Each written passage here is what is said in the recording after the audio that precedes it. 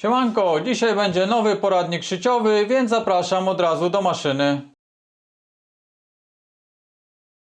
Jedna z osób ostatnio pisała do mnie, czy nagrałbym odcinek, jak przeszywam te łuki, tak żeby właśnie początkująca osoba także umiała powtórzyć i żeby ten szef wychodził nam równo i odzwierciedlał te wszystkie krzywizny. Także wyciąłem próbkę, są mniejsze, większe łuki na tym. Najważniejsze tutaj jest to, żeby krawędź tego łuku cały czas przylegała do jakiegoś konkretnego miejsca. Ja akurat tutaj, jeśli mam ułożone tak jak teraz, przeszywam na 5 mm od krawędzi i cały czas pilnuję, żeby właśnie ta krawędź stykała się ze ścianką stopki. Trzeba też brać pod uwagę, że jeśli bierzemy jako punkt odniesienia stopkę, to nie możemy na przykład łapać tego miejsca, ponieważ igła nam się wbija tutaj. Jeśli my będziemy zwracali uwagę tylko na to miejsce, no to ten łuk nam nie wyjdzie, albo będzie odsunięty dużo bardziej od krawędzi, albo będą działy nam się jeszcze jakieś inne rzeczy. Także zwracamy uwagę i wstrzymamy ten odnośnik cały w miejscu, gdzie wbija się igła. Dodatkową rzeczą jest to, że w zależności od wielkości tego łuku, czy on jest mniejszy lub większy, musimy też dopasować długość ściegu.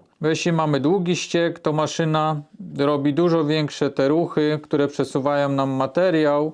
I jeśli mamy mały łuk do obszycia, to on będzie dużo bardziej kanciasty, jeśli ten ścieg będzie długi. Jeśli go skrócimy, to ten kształt będzie bardziej taki obły i zaokrąglony. Więc teraz przykładam tkaninę tak, żeby krawędzie tutaj były na równo i zaczynam szyć.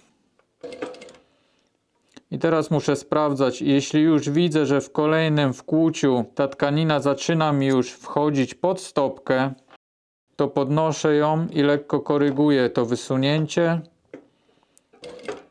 I znowu sprawdzam, czy jest ok, albo robię jedno wkłucie, albo 2, 3. Jeśli jest dłuższy taki prosty odcinek, to po prostu ten łuk obszywam już bez podnoszenia stopki, ale przy takich większych krzywiznach można tą stopkę podnosić, bo znacznie nam to ułatwi obszycie.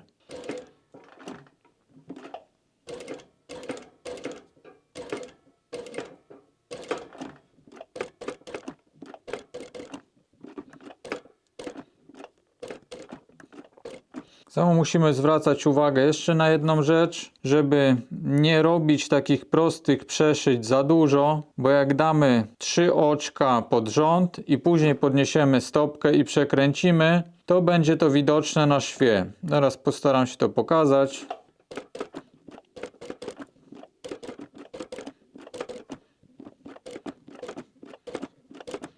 Tak jak tutaj widać, robi się dość spora zmiana kształtu, ponieważ mamy tutaj element wypukły, a tutaj robi się wklęsły. Więc tutaj warto robić po jednym przeszyciu nawet, jeśli zależy nam na ładnym kształcie i żeby ten ścieg był taki płynny po całości, a nie taki rozchybotany na całej długości tutaj tego łuku.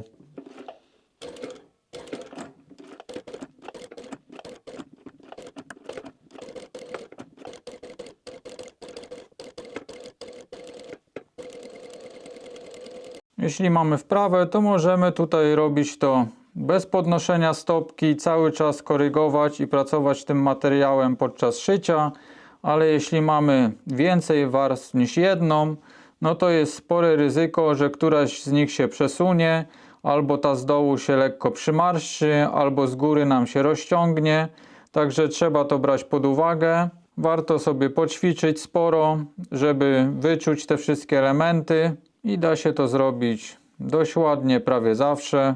Złapać trzeba tylko odpowiedni punkt, do którego przykładamy krawędź i całość obszywamy. Tutaj będzie trochę widać to, co wspominałem, że szyłem w tym miejscu i później po podniesieniu stopki przekręciłem o dość sporą ilość i jest takie przejście jakby lekko kanciaste. Nie jest to jakoś mocno widoczne, ponieważ ten łuk jakby jest dalej płynny, ale widać, że coś tutaj na tej przestrzeni nie jest zbyt dobrze zrobione.